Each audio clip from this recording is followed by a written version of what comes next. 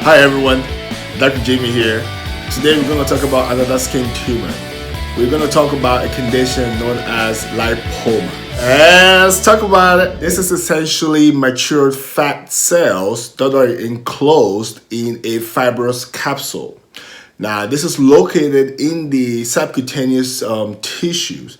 The subcutaneous tissue is the innermost layer of the skin. It typically presents itself as a soft, non-tender, mobile, round nodules on the skin. It rarely involves the deep muscles.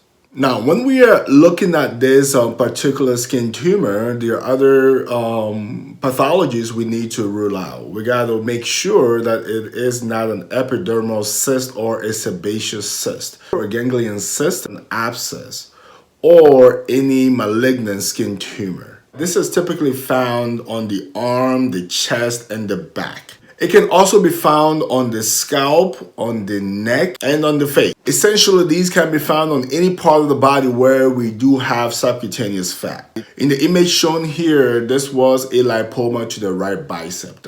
An incision was made, the fatty tissue was removed, and the skin was closed relatively well. Typically, people that may have these benign tumors may have not just one, but several of them. There is a relatively rare genetic condition known as familial multiple lipomatosis, which is where multiple family members will express multiple lipomas on their skin. It is rare, but it does exist.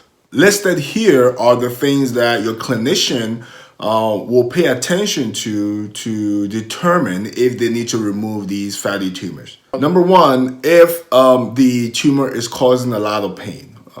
Under normal circumstances, it's not a painful pathology, as stated earlier. So if there is pain, they may be of concern for your clinician to remove it. Number two, if it actually restricts your movement. Now, if the lipoma is located at any part of the body that affects your ability to move freely, that will be something that is considered. Number three, if it's growing very rapidly.